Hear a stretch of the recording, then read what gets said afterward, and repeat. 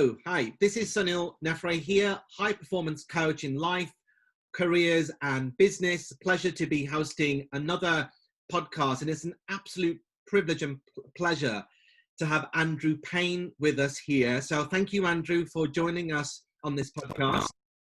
What we're going to do, thank you very much, Andrew. The actual title of this podcast is How Smart Men Get Caught in Domestic Abuse, Why They Stay in Toxic Relationships, and How They Repair. Before I begin asking the first question, I'm going to introduce Andrew formally by just going through his bio. Andrew is a keynote speaker and high-performance coach working with business leaders from the corporate and third sectors, equipping them to achieve at the highest levels, but without getting busier or burnt out. Andrew is a blogger and campaigner supporting male survivors of domestic abuse, and his TED Talk, Domestic Abuse, Not a Gender Issue, is one of the only TED Talks to explore female perpetrated violence in the home. And I have to say, it was very recently, well, about 2 months ago, Andrew, I believe that we actually established contact through LinkedIn. We are both users of LinkedIn, and it was through through some mutual interest in this particular subject area that I think that I reached out to Andrew, and then Andrew then showed me this his TED Talk, which I have to say, now I am an avid TED Talk viewer, and it was one of the best, one of the most insightful TED Talks that I've ever had the opportunity to witness. And second to that, me being a trained English teacher as well as a high performance coach, one of the best demonstrations of public speaking. quite frankly, thank you very much, Andrew. It's a great honor and privilege to actually have you here on this podcast. What we will do is the actual the contact details for Andrew and the particular link for the actual TED Talk, which is actually on YouTube, will be actually at the end of the titles, but also in the description box as well. So you must catch that. It's a marvelous TED Talk. So thank you, Andrew. I'm going to start with the first question is, how do men find themselves being victims of domestic abuse? Because ordinarily, in terms of what's portrayed within the media, it tends to be that the women are the victims, but then we're talking about here as men being victims of domestic abuse. Yeah. So the inclusion of the word smart in the original question is because, of course, so many people think that if you fall into abuse, you must be a bit stupid. You must be a bit naive. And my point is that actually, the more I work with male survivors of domestic abuse, there's some highly intelligent people falling into highly abusive relationships. I think that there's an error made in that we assume that actually, if you're quite smart, the only way you're going to fall into an abusive relationship is if you're conned. It's a trick. And a good friend of mine she's female, and she met this guy, amazing guy, just amazing. And then it all changed after they got married, and it was a trick. He conned her. And people assume that is obviously how people fall into abuse. The abuser kind of reels you in like a fish. Yeah. But actually, there's another way into abuse, which was my experience, in that I was naive. I wasn't stupid. I'd been to uni. I had a job. I was a professional. But I was quite naive as a man in his mid-20s. I didn't really have any sense of boundaries. And I'm one of these people, particularly back then, and there's still some of that in me today, where I love helping people. I've got a big heart for people.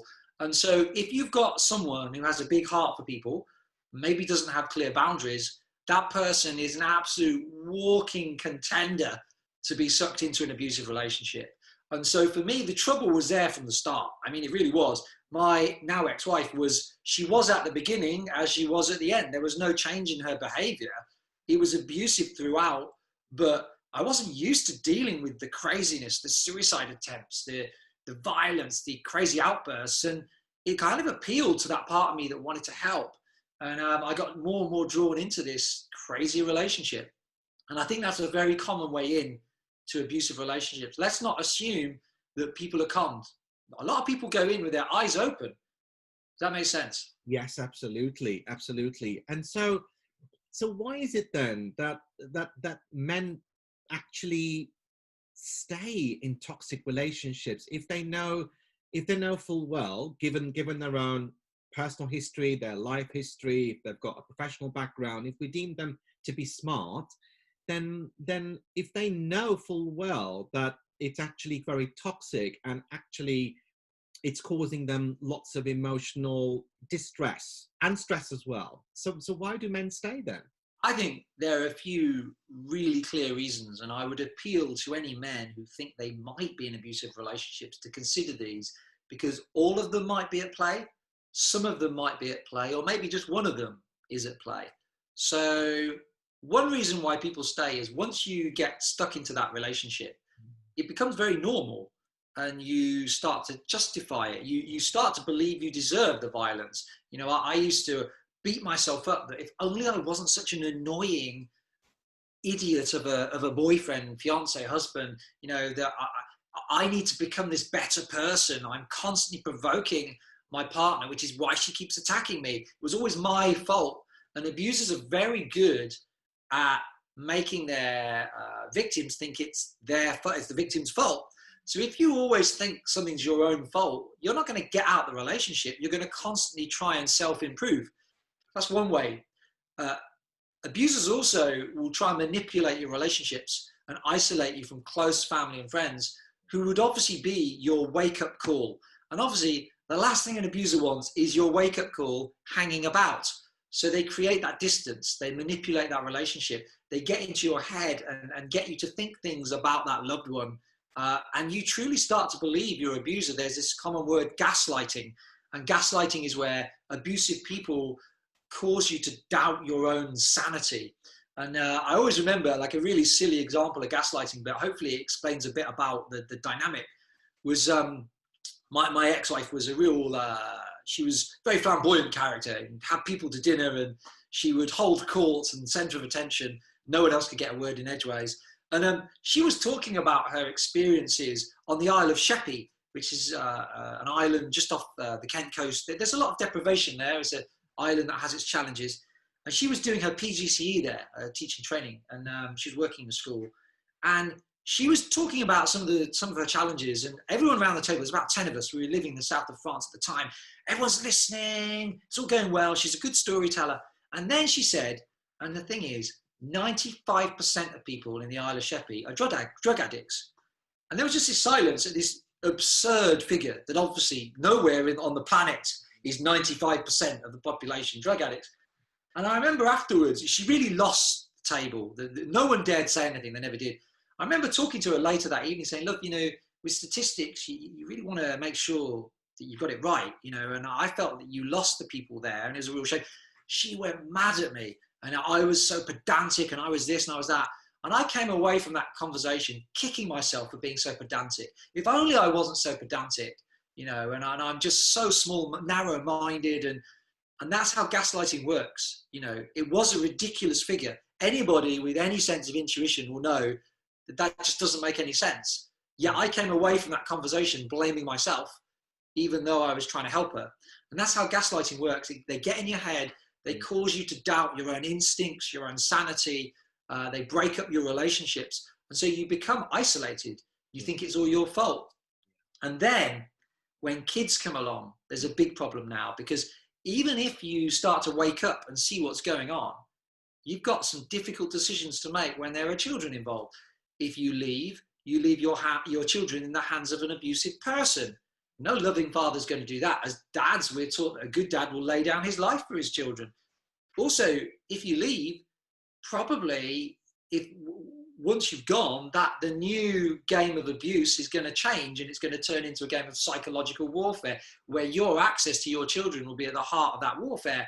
And men fear that. That's what keeps fathers trapped for years in abusive relationships. It was a major reason why I stayed around, was constantly trying to weigh up, well, what's going to happen with our daughters, you know, and it was really stressful.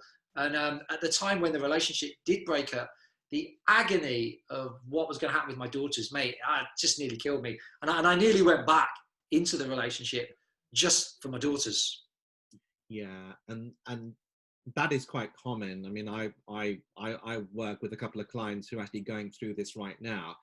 And it seems to me that the reason why they they didn't read all the signals that you just mentioned there in your situation, is because it's very, very sophisticated manipulation and conditioning of the mind.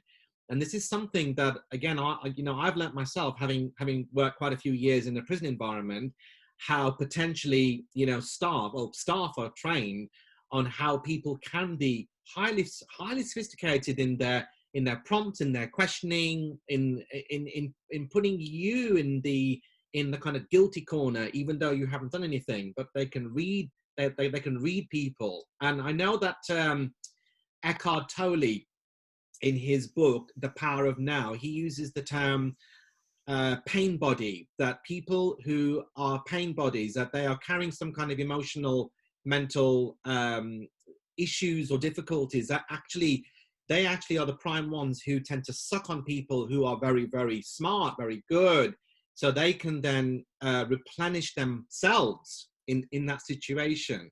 Would you say that that was also applicable in your context, in terms of how the abuse worked? Yeah, I mean, you also have, for me, looking back on it, and how I've looked back on it was, and it's helped me to forgive, which I know we'll get to in time. Yeah. There's a lot of stuff we're looking back on it now. It's just a confusing mess. I do think there were some mental health issues, really. So, looking back, how much of that abuse was planned? How much of it was consciously delivered? How much of it was just in her subconsciousness? Frankly, looking back, the way she used to lie and gaslight with her friends, it wasn't just an attack on me. I mean, I got the brunt of it because I was her husband. We were bringing up daughters together. The abuse about, she was highly abusive towards her parents. There were numerous physical fights with her parents.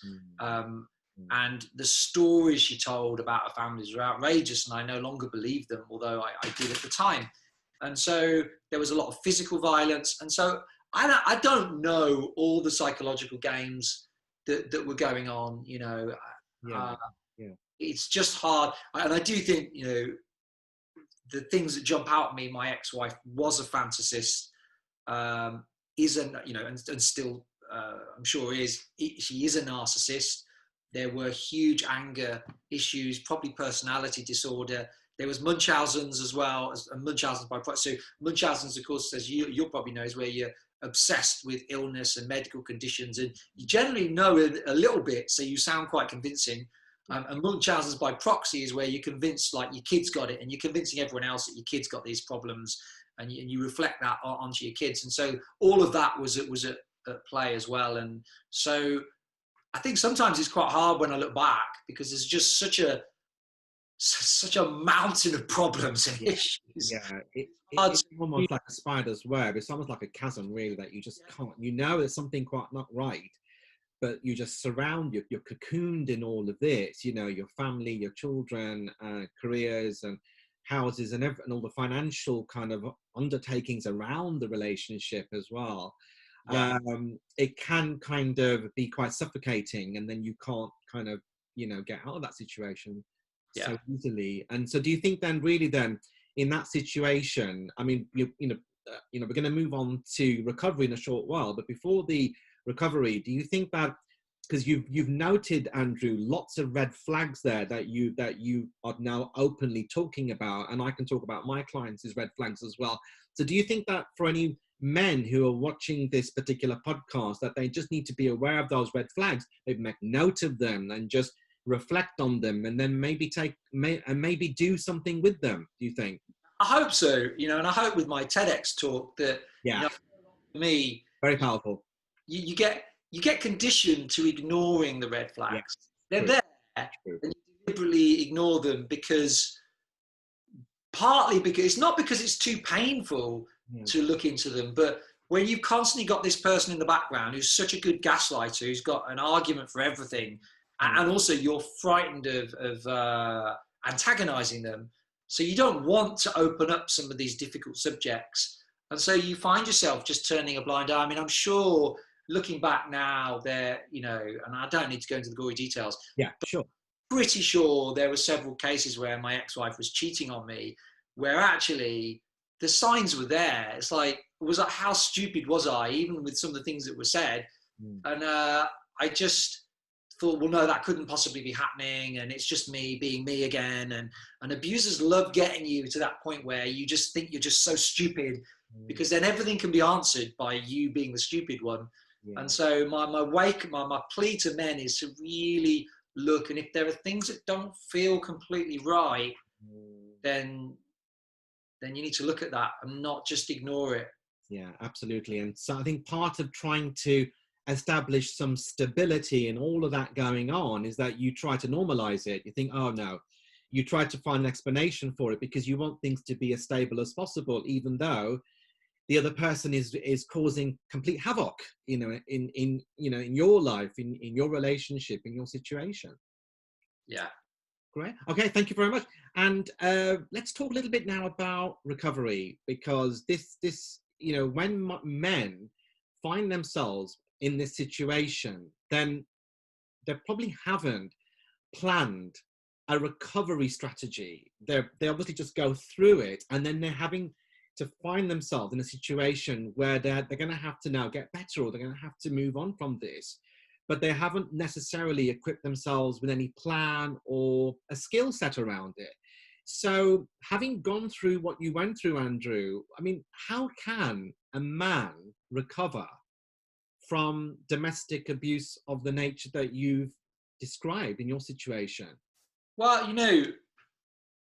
moving out of abuse now, if I was honestly, I mean, the people that I coach, I don't target men that are struggling with domestic abuse. That's not kind of my niche as such. Okay. But when I have worked with men, so like through the project that I run, the pilot project, I say to men that when you leave abuse, it's a bit like the grass is greener on the other side of the hill. But before you get there, and I often say this, you have to crawl through the mud and the slime first, and it's horrible. And you're on your hands and your knees, and the green grass seems like a long way away, but it is round there. You just have to keep crawling pace by pace, meter by meter. And so I think for a lot of people, they fear that crawling through the mud. They just don't want to do it because your confidence is broken down anyway. But the fact remains, if you want to repair, if you want to get to the greener grass, you're going to have to summon up some courage and strength and get crawling and know it's going to be hard. It's not going to be easy. If you come out of an abusive relationship, particularly when there are children, but even without children, it's not going to be easy. It's going to be horrible. It's going to be rubbish. It's going to be terrible for a while, but then it will recover. So the first thing I would say is allow it to take time. Know it's going to take some time. You're not just going to be in those green fields with butterflies and sunshine that quickly. You'll get there eventually, but it's going to take time. I think the second thing is, where you've had relationships broken down by that abusive person, your family, your friends, if they are your family and friends, they will become your family and friends again very quickly. They will be really pleased for you that you've been able to see what's going on. You don't ever fear or feel embarrassed, because I think that's the other thing, with the domestic abuse, anyone can fall into abuse and domestic abuse. When you come out of that relationship, own it. You've been in it. You've shown incredible strength just to get by day. So reconnect with your family and friends, because boy, you're going to need them in moving forward. I think I would always encourage people to be absolutely as neutral as they can be in the parenting. Even if the other parent is a nightmare and making contact difficult, don't get drawn into aggression and fights. Just be very calm, very composed, and know that actually in the UK family courts, things are better than they were 30 years ago. They're not perfect. You might get a lousy judge. It might be brutally unfair. It sometimes is, but more often than not, common sense seems to be emerging in the family court. So if you're hanging on in there just for your kids, well, you probably will still see them if you come out of an abusive relationship. That's reality. I would also hugely encourage people, and the healing process is going to take time, and everyone's journey is their own, of course, but to try and steer clear of the gender hating. Whoever your abuser was, whether it's a man or a woman, don't hate the gender, because there's plenty of people within that gender who will love you and support you, who are amazing. And so, because it's easy as you come out of abuse to get pulled into these Facebook groups and Facebook pages, and for men or men's, right? If this podcast is aimed at men, for example, and so we join a men's Facebook group, a recovery group, and actually everyone on there is just slating women, well, that's not helpful. You need to try and find groups, and there are groups around where balanced conversation is had. And then certainly, increasingly, I think you'll see more of this. There are sort of men talk groups online. More of them are meeting face to face now. You probably, most libraries will probably have contacts with them. The council will probably have contacts with them. The police will certainly have contacts with them, where it's just men's groups talking about men's mental health, domestic abuse. Go join one of those groups. Get along some sides. Get with some other guys that have been through the same stuff, because that's really helpful. It provides a real network of support. And most of those physical groups will be well run. They won't just be slating women groups. They'll be run by balanced people who are trying to help you repair. So those are some of the things I would bear in mind. Thank you so much indeed. That's really, really helpful. And what we'll do in the description box is we'll put some links in there. So anybody who finds themselves in that situation that they need support, external, say from their own situation, their family situation, or whatever it might be, then they can then reach out. And there are organizations and people out there that can really help you. But as you said there, Andrew, it is about trying to, even though you're coping with an absolutely head-crushing, terrible situation, but from what you're saying, you still have to find the light. You still have to find the little positives and then round them up and then just get that momentum going, and then go to the next thing that you need to do, the next thing around the relationship or the ending of it, or this legal thing or that housing thing, and just keep building on that momentum. And obviously, if children are involved, to make sure definitely with the family courts look at absolutely everything. So having contact with children is something to really aim for in terms of when a relationship, a marriage comes to an end. So really then I can probably understand why lots of men, even though maybe their heart is saying, maybe I should try again, I've got lots of love to give, and but my head is saying, you've been through this, so are you ready? Are you so therefore how can a man actually love again if that's his long-term intention, but he has to go through some short-term strategies? How can a man begin to align his heart with his head? Yeah. And it's really important for men to love again, that they deal with some of the anger. When I came out of my abusive relationship, I was like, if I get married again, there's going to be prenups, there's going to be this, no woman is going to mess with me again. And it took a few months to get beyond that and think, that's just not me. I am a nice person. Oops, I've just knocked something. I am a nice person. And I think for me, the key was, and I use this now with business leaders, and I use this model when we're looking at time and relationships and how to master yourself. And I think the thing about boundaries is so important. Yeah. And for me, when I was looking at boundaries, I was like, it doesn't work. The content that's out there available at the moment in leadership circles, for me, it doesn't work. Boundaries are so much more than just kind of like a wall that you put around yourself. And yes, you have boundaries in relationships, in finances, in your health. Your boundaries are your commitments to yourself, your commitments to others. But something still wasn't really working. And I realized actually the key with boundaries is there are 3 types of boundaries. You need to focus on working out what that looks like for you. You've got your line in the sand boundaries. And if you imagine what a line in the sand is, if someone wants to cross your line in the sand, they just step over it. There's no effort. And the tide will wash it away the next day. And for me, your line in the sand boundaries are your preferences of how you want something to be. But if you didn't get your own way on it, whatever, you wouldn't lose too much sleep about it. You'll happily compromise. You'll happily roll over. It's good to have those boundaries. Even if you're coming out of abuse, develop preferences and likes where you would just happily roll over and fold completely. That's healthy. But then the second type of boundary is what I call flexible fencing, where now it represents more of a barrier, but as flexible fencing, it can still move. And this is where you've still got those preferences, desires, and certain outcomes that you would want, but you would compromise a little. Not as much as your line in the sand boundaries. You would put your foot down on certain things, but you could spot that there are certain areas where you might give a little bit of ground. And again, it's great for other people to see that you have desires. You'd stand by them a bit, but you'd budge a bit as well. And then your third type of boundary, your castle walls, they don't budge. They're your deepest principles, values. If someone's going to come up against your boundaries, you'll fight. It's war. It's war. And you need to know what you're going to do, therefore, if it comes to war. Can you handle the losses? Have you got the resources to fight the war? You know, have you thought through the consequences of war for you and the other? But, you know, all that stuff needs to happen. But for me, thinking about boundaries in this way of like, I'd roll over and fold. I'd put my foot down a bit, but not too much. And I'm fighting if necessary. And then thinking about each of those in my finances, my health, my relationships, that really helped me to start thinking about, well, what do I want? How am I going to be as a person? What am I going to sacrifice? What am I going to tolerate? What am I going to say yes to? What am I going to say no to? And so seeing boundaries in that way have really helped me to move on and come to a point where it's like, actually, yeah, I reckon I could. And I had a couple of relationships before I met my wife. They were healthy relationships, but because I was much more in touch with myself now because I was doing all this boundary stuff. Yeah. I ended both relationships because they weren't quite right. And then I met my wife. It's great.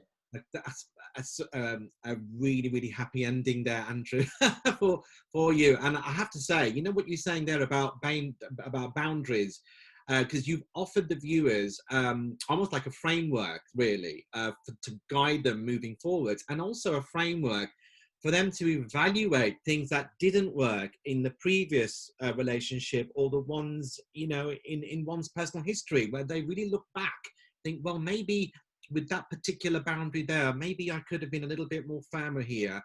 And it offers a framework for men and for women when they come out of relationships, particularly abusive ones, to use them as almost like a lens, really, isn't it, in terms of viewing the whole situation, and to be kind to themselves as well. That, you know, that if you want to fall in love and you like someone, then to allow yourself, but obviously keep within the boundaries that you feel comfortable with. I think that's good for all relationships, business relationships, friends as well. Otherwise, you know, because the same applies to friendships as well. Sometimes long-term friendships can go a bit sour because you either didn't communicate your boundaries, or they went over them, but they didn't know them in the first place, and then you have to reconfigure everything and recalibrate. But and just a final thing, is there any final piece of advice to finish off the podcast that you would like to give to men out there who watching this thinking, oh my God, I'm in this situation right now? I'm seeing all the red flags, you know, from the start of the podcast. I can see them, and I just need to do something. So any advice that you would give them, Andrew, in terms of moving forward?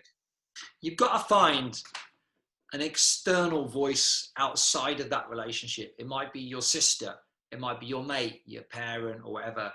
But often when you're stuck in abuse, really the only person that you rely on for logic is your abuser. And their logic is going to be a very twisted logic. And so do talk to someone. And, you know, as an encouragement, and I think it's changing. So I've been astonished by how many women have contacted me as my TEDx talks come out. Okay, right. Saying, it happened to my brother, it happened to my son, it happened to my husband. And so it's obvious that guys are beginning to talk about it. It is common. A third of victims of domestic abuse are men. That includes the LGBT community, that includes heterosexual relationships. But we know it's hugely underreported. It's not common. You are not weird, stupid, or weak to be stuck in an abusive relationship. And, you know, as a final thought for me, you know, a good friend of mine actually contacted me after the TEDx talk to say he was stuck in a very abusive relationship. It almost brought him to a point of suicide. This guy's 6'5". He's built like a tank. He's a formidable character. He's a lawyer. You know, so you're not weak. You're not stupid, but do talk to someone. Do talk to someone. That would be my absolute plea. Someone outside that relationship. Keep that communication going. It may not be safe for you to leave today. There may be perfectly logical reasons that say, actually, I'm going to hang in here for 6 months. Whatever that is, everyone's journey is their own. But if you are caught in abuse, you need another voice, another source of logic that you can bounce things off. Yeah, so it's really, so if you think, so if you're in the situation now, just think now of that trusted person, if it is a family member, if it is a friend, or if it is somebody at work that you can trust. It's so important for you to be able to talk to someone. And I know that particularly for gentlemen, it might be a little, you know, they may be struggling with their ego. Well, I can't talk like this. You know, I'm not meant to be vulnerable. But trust me, you know, from you know, working with lots of clients and having a good awareness of this subject, that vulnerability in this situation is your secret weapon to get this sorted, and get it sorted as quickly as possible. Because who's looking after your own health and well-being in that situation? In that situation, you've got to look after yourself.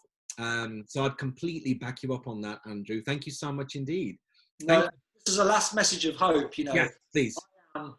If you'd have said to me 13 years ago that I would now be married today, blissfully married to my soulmate, not living in fear, straightforward, easygoing relationship. We've got 3 little boys now. You know, my life's amazing, and I do think we can enjoy blissful relationship. Your relationship shouldn't be like wading through tar. There'll be good times and bad times for sure, but relationship should feel fairly easy. If your relationship is a constant drain every day, then there is better out there for you. Absolutely. And just the final thing, just to kind of end the podcast in relation to what you've said there. This morning, I received a Buddhist affirmation on one of my WhatsApp group. It said, the past is in your head, but the future is in your hands.